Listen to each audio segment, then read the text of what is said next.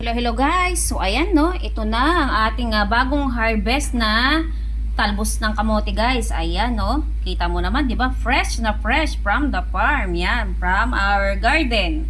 Yan, at syempre guys, igigisa natin yan guys. Yan lang, sardinas lang ay sapat na diyan guys. At syempre, meron tayo diyan sibuyas, bawang, at yung ating pampalasa, paminta, at seasoning natin, no? Syempre, meron tayong isang tasa ng tubig dyan, at magigisa tayo. Kailangan natin ng kunting oil, yan. At syempre, yung ating pampalasa ay patis. So, ayan guys, umpisahan na po natin. Maglagay na tayo ng kunting mantika lang, yan, ayos na yan. Sunod na natin guys, yung ating bawang. Yan, kunting mekos-mekos lang, para hindi masunog agad. Ayos na yan guys. Sunod na natin yung ating sibuyas.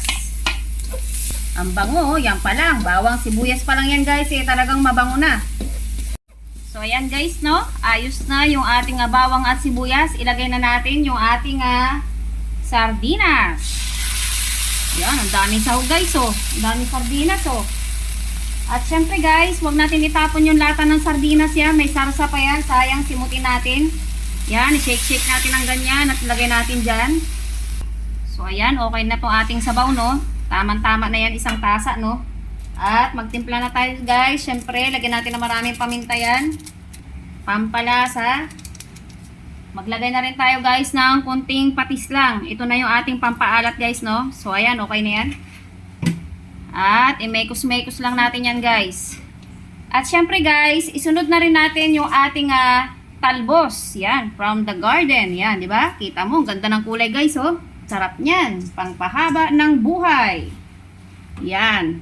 At syempre, ganyan-ganyan lang natin guys, no? Antayin lamang natin guys na malantayan, no? Yan, ganyan-ganyan lang natin. Mamaya, pag kumukulo na yan, kusang iimpis yung ating gulay guys.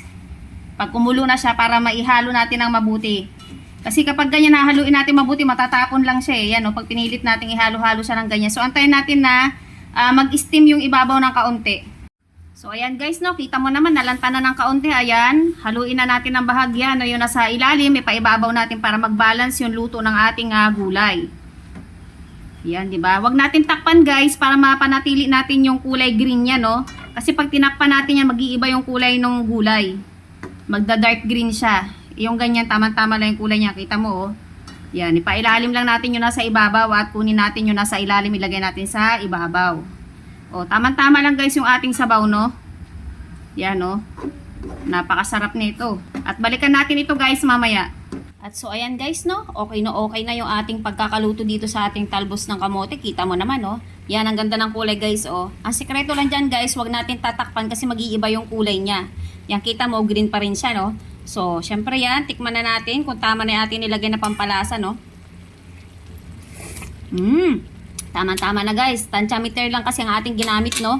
Yan, hindi na tayo mag-a-add ng ating pampalasa. So, okay na yan guys. At ayan lamang guys. Thank you for watching and bye-bye!